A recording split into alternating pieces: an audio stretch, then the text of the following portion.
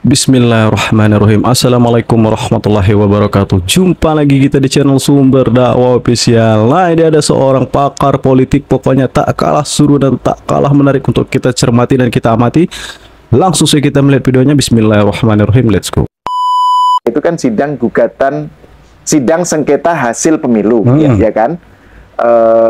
Dan yang menjadi lawan dari penggugat itu kan KPU, ya kan? Jadi 0102 ini hanya terkait kan, 01 dan 03 versus KPU. Nanti ada hasil hasil pemilunya seperti apa, MK yang memutuskan gitu.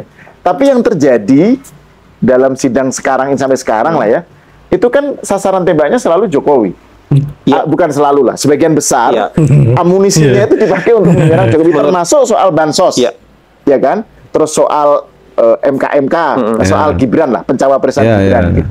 Soal MK, bahkan tuntutannya pun kan mendiskualifikasi 02 dalam kasus tuntutannya 03 atau mendiskualifikasi Gibran, Prabowo boleh di dalam tuntutannya 01. Nah ini kenapa ini terjadi di sidang MK? Keblinger. Maksud saya kenapa nggak fokus saja ke batas kemenangan MK? Ya justru di sana kalau mereka masuk ke perselisihan hasil saja, memang nggak ada bahan kan? Kan saya pernah cerita di sini. Ya, kalau Anda ingin menggugat 1%, Anda harus punya bahan 8.200-an TPS yang harus diminta PSU. Dan Anda harus menang 100% di 8.200 TPS itu. Kalau Anda ingin menggeser angka 8%, kan Anda harus punya bahan di 64.000 TPS. Dan kalau misalnya itu Anda minta pemungutan suara ulang, Anda harus menang 100%. Angkanya berubah 8%, bisa jadi 2 putaran. Bahan itu yang nggak ada. Karena memang nggak ada bahannya. Jadi kalau perselisihan hasil pemilu, menurut saya mereka nggak ada bahan sama sekali. Makanya mereka coba naikkan itu, dimintalah ini supaya agak-agak progresif ini, ya. Jadi bisa masuk ke MK pakai jurus Dewa Mabuk, ya, menggugat Dewa Mabuk pendaftaran, ya kan, mempersoalkan si A anaknya siapa, ya kan, mempersoalkan putusan MK sendiri. Dia lagi bersidang di MK, dipersoalkan putusan MK sendiri. Mempersoalkan Pak Jokowi yang dianggap bagi-bagi bansos untuk memenangkan ini. Jadi ini sudah, karena jurus yang benarannya sudah nggak bisa lagi dipakai, pakai jurus Dewa Mabuk ini. Walaupun kemudian jurus Dewa Mabuk ini juga disidangkan. Gitu. Kita kan harus akui jurus Dewa Mabuk ini disidangkan. Saya hadir kemarin itu kan bagian dari melayani jurus Dewa Mabuk. Ya, betul Bang. Kalau misalnya ya dalam kasus MK, MK kan pasti tahu bahwa pemenangnya hanya terbatas kepada. Tapi itu juga jadi bahan perdebatan. Kenapa itu di-entertain? Kenapa itu diberi tempat? Saya nggak ngerti dalam proses hukumnya. Tapi ini mereka berdebat kan. Mereka juga menghadirkan ahli-ahli hukum. Apakah misalnya MK harus bisa keluar dari hanya sekedar selesai sengketa hasil pemilu atau bisa untuk urusan-urusan lain. Jadi juga masing-masing pihak menghadirkan ahli-ahli hukum kan untuk memberikan pertimbangan kepada majelis hakim sampai sebatas mana kewenangan mereka. Walaupun kalau saya nggak terlalu berani misalnya memberikan penilaian soal hukum, tapi kan kita secara kasat mata juga bisa merasa-rasa ya mana sebenarnya yang menjadi pokok perkara, mana yang bukan pokok perkara. Jadi menurut saya banyak hal-hal ini bukan pokok perkara soal sengketa hasil, tapi lebih kepada hal-hal yang menurut mereka menyebabkan mereka kalah. Jadi target mereka adalah ini ada abusive ini, ada abuse of power nih, ada upaya sistematis nih, terstruktur masih sistematis yang menyebabkan mereka kalah. Padahal setahu saya, seingat saya, ketika Anda memutuskan ini terstruktur, masif dan sistematis, itu Anda harus buktikan persoalan ini di 50% TPS plus 1. Jadi berapa tuh? 400 lebih TPS. Waduh. Mempersoalkan 8.000 TPS aja nggak ada barang. Waduh. Mempersoalkan 64.000 TPS. Susahnya minta ampun. Apalagi mempersoalkan 400.000 lebih TPS untuk membuktikan bahwa ini terstruktur, masif dan PSM. Jadi ya sudahlah, tak mungkin. Nah, gitu. Jadi makanya pergi lagi ke prosedur.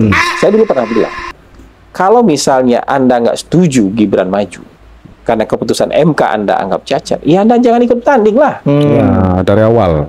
Kalau Anda ikut bertanding, artinya Anda boikot dari awal. Boikotlah dari awal. Kalau Anda ikut bertanding, artinya Anda sudah setuju nih, apapun hasilnya. Sudah terlibat dalam debat capres, bahkan cawapres. Anda ya waktu itu aja Anda masih percaya diri menang kok. Tapi begitu kalah Anda gugat lagi prosedurnya, Anda gugat lagi aturannya. Ini kan aneh. Makanya kemarin saya lihat tuh ada perdebatan dengan ahli hukum yang ditanya, loh kenapa bisa tetap daftar, kan ini kan baru putusan MK, PKPU-nya belum dirubah. Lalu ahli hukum ini bilang, nah dulu ketika Anda menggugat si Refli Harun ini tanya, dulu ketika Anda Refli Harun menggugat ke MK bahwa memilih dengan KTP aja boleh, kemudian dikabulkan oleh MK, 2 hari berikutnya orang boleh milih pakai KTP, sementara PKPU-nya nggak diubah.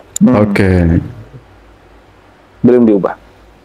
Jadi kira-kira itu mungkin gitu ya. Kira-kira mungkin aja seperti itu. Tapi mereka masih tetap akan berdebat. Bahkan bisa aja misalnya sebelum ngambil nomor urut gitu ya, nomor apa istilahnya tuh?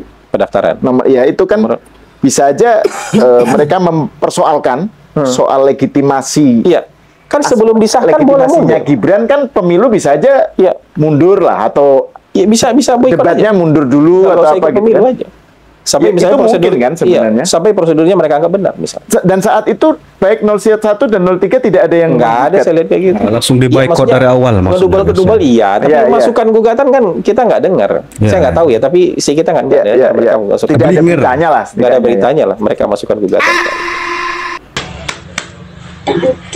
Nah, kalau soal ini kan kalau kita lihat komposisi tim hukumnya ya, kan itu semuanya dari 01 dan 03, bukan semuanya. Sebagian besar kan para ahli hukum pilih tanding tuh. Iya. 03 itu ada Dr. Mulya Lubis, ya kan? Terus cawapresnya Pak Mahfud yang mantan ketua MK, yang pasti tahu lah tentang soal betul. Inilah soal bagaimana MK itu Sengketa. punya kewenangan tertentu seperti apa terkait Pilpres. 01 ada Refli Harun atau apa gitu. Tapi tetap mereka kan ketika mengajukan sidang MK ini tetap yang ditampilkan kan soal narasi kecurangan, soal bansos dan seterusnya. Nah, terus saya jadi terngiting, Pak Mahfud kan pernah bilang simpati masyarakat bahwa tujuannya itu bukan menang, bukan mencari kemenangan di kasus MK ini, tetapi untuk pendidikan demokrasi ke depan lah, supaya bagaimana agar kualitas demokrasi Indonesia itu nggak lagi ada kecurangan, kualitas pemilu itu lebih baik dan seterusnya. Menurut Uda Hasan gimana? Enggak ya, kalau saya sih yang pastikan sidang MK sudah berjalan. Perdebatan dari masing-masing pihak, pemohon, termohon, kemudian pihak terkait, saksi-saksi, kan ditonton oleh publik. Jadi kalau misalnya targetnya untuk pendidikan politik, dapatlah. Dapat. Tapi menurut saya juga kita tidak bisa menafikan bahwa akhirnya kalau nggak ada bahan itu memang banyak lucu-lucunya kan. Maksudnya kalau nggak ada bahan yang solid yang kita bawa itu kan memang banyak lucu-lucunya gitu. Nah, sekarang saya tanya, yang lucu-lucu ini bagian dari pendidikan politik atau kemudian akan membuat orang makin nggak percaya nih? Makin jijik. Emang apa sih nggak boleh? Apa sih ini gitu? Apakah tidak justru menjatuhkan kredibilitas dan martabat orang yang lucu-lucu ini? Gitu? Orang yang lucu. Ya kira-kira begitu. Tapi kalau misalnya untuk pendidikan politik, ya kira-kira bawa bahan yang solid dong. Fokus bawa bahan yang solid, jangan pakai jurus dewa mabuk. Kalau menurut penilaian saya begitu. Menurut penilaian saya begitu. Jadi saya setuju kalau mau pendidikan politik setuju, tapi jangan pakai bahan yang lucu-lucu lah gitu. Jangan pakai saksi yang lucu-lucu juga gitu. Ya, dan juga kalau itu disebut sebagai tujuannya pendidikan politik kan kesannya itu kayak 58% yang mirip Prabowo. Stand up comedy adalah orang-orang yang memilih karena bansos. Iya, itu kan bansos atau uneducated, atau karena dan hasil brainwash atau apa. Hasil riset membuktikan sebaliknya. Iya, dan juga selain soal hasil riset itu kan seperti kayak underestimate kecerdasan akar rumput. Dan ini silent majority. Dan ini kalau dibiarkan itu akan sampai kepada bikin sekte. Sekte dia yang paling benar, dia yang paling salah, nih sekte-sekte social justice warrior yang kayak gitu-gitu. Moral superiority ya. Iya, dia punya moral superiority yang menganggap orang lain yang berbeda pilihan dengan dia salah. Karena tidak punya pendirian, tidak punya prinsip, karena terima bansos, karena dibeli suaranya, kayak gitu-gitu. Padahal menurut saya secara umum pemilih ini sama aja. Pemilih ini sama aja. Jangan dikelompokkan menjadi itu. Berarti 11-12 dengan Wahabi kira-kira. Dengan apa perasaan yang di luarnya bid'ah. Moral superiority kayak gitu, karena nggak ada pendidikannya di sana. Kalau macam orang paling benar aja hidupnya kan nggak ada ini. Kan betul, kita ini nggak mungkin paling benar terus. Gitu, kita kan nggak mungkin paling benar terus. Apalagi nggak benar tapi merasa paling benar, itu lebih kacau lagi. Yang buat saya kemarin tuh banyak yang lucu-lucu lah. Cuman kita kan nggak enak komentarinya. Orang lagi kalah, kemudian lagi berusaha memperjuangkan nasibnya, kita ledek-ledekin, itu kan nggak enak gitu loh. Betul. Gitu. Kalau diledekin kita punya 1000 bahan buat ngeledek-ledek gitu loh. Di opini publik ya. Tapi kita ngerasa udahlah enggak lah gitu. Udah biarin aja lah kayak gitu. Kasihan. Salah satu keuntungannya itu ini terjadi pada masa menjelang Lebaran ya. Jadi perhatian publik juga mungkin udah capek dengan soal pemilu ya. Soal yang batal puasa pendukung 01, 03. Mudik, Lebaran gitu. Perhatian orang terhadap sidang MK lumayan tinggi ya. Tinggi ya? Saya nggak tahu di sidang-sidang lain, tapi minimal ketika misalnya hari kemarin, iya kan misalnya gini, kita ngerasa misalnya kayak tampil di podcast, tampil di TV segala macam, yang respon nggak terlalu biasa-biasa, nggak banyak. Tapi ketika misalnya kemarin di MK itu banyak respon itu banyak sekali. Jadi artinya orang-orang yang nggak biasa menegur kita, yang nggak biasa berinteraksi dengan kita itu melakukan interaksi. Itu artinya kan dia nonton. Kan artinya dia nonton. Jadi mungkin cukup. Saya nggak tahu nih berapa besaran animo yang nonton tuh. Tapi menurut saya kayaknya lumayan banyak. Menarik. Lumayan banyak ini. Jadi pasca Pilpres pun. Nah, itu menurut saya. Kalau targetnya memang pendidikan politik, dari sisi audiens dapat nih. Dari sisi audiens dapat nih. Tapi mutunya dapat nggak? Nah, gitu. Mutunya dapat nggak? Gitu. Mutu dan juga itu tadi soal anggapan bahwa yang milih 02 itu adalah mayoritas yang perlu dididik. Nah, itu loh. Itu kan kesannya kan gitu, ada makan bule Indonesia. Iya, jadi ada kesan ini mayoritas kayaknya salah ini pilihan kalian ini gitu. Jadi harus di political education lah gitu. Nah, itu kan ada mereka percaya. Saya lihat juga pihak 02 itu menghadirkan lawyer-lawyer yang top sekali dengan integritas, kredibilitas yang luar biasa. Termasuk juga kualifikasi saksi-saksi yang dihadirkan menurut saya top. Bukan yang lucu-lucu, malah nggak ada yang lucu gitu. Iya, maksudnya nggak ada yang lucu-lucu gitu. Jadi ini semua sampean saksi on point. Saksi-saksi yang dihadirkan itu memang dibutuhkan dan memang qualified, punya otoritas lah, otoritatif lah dalam berbicara soal keren beliau di sidang MK kemarin, memang keren, ganteng.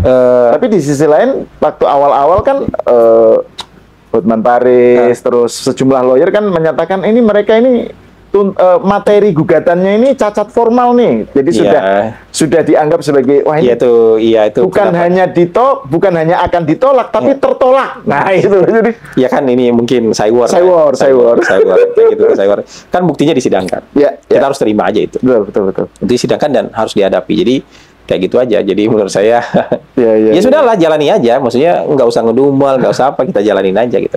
Yang jelas kita berusaha maksimal nanti untuk memberikan penjelasan yang terbaik supaya juga majelis hakim kan bisa melihat fakta ini terang benderang bahwa apa yang didalilkan itu oleh pemohon itu jauh dari kebenaran.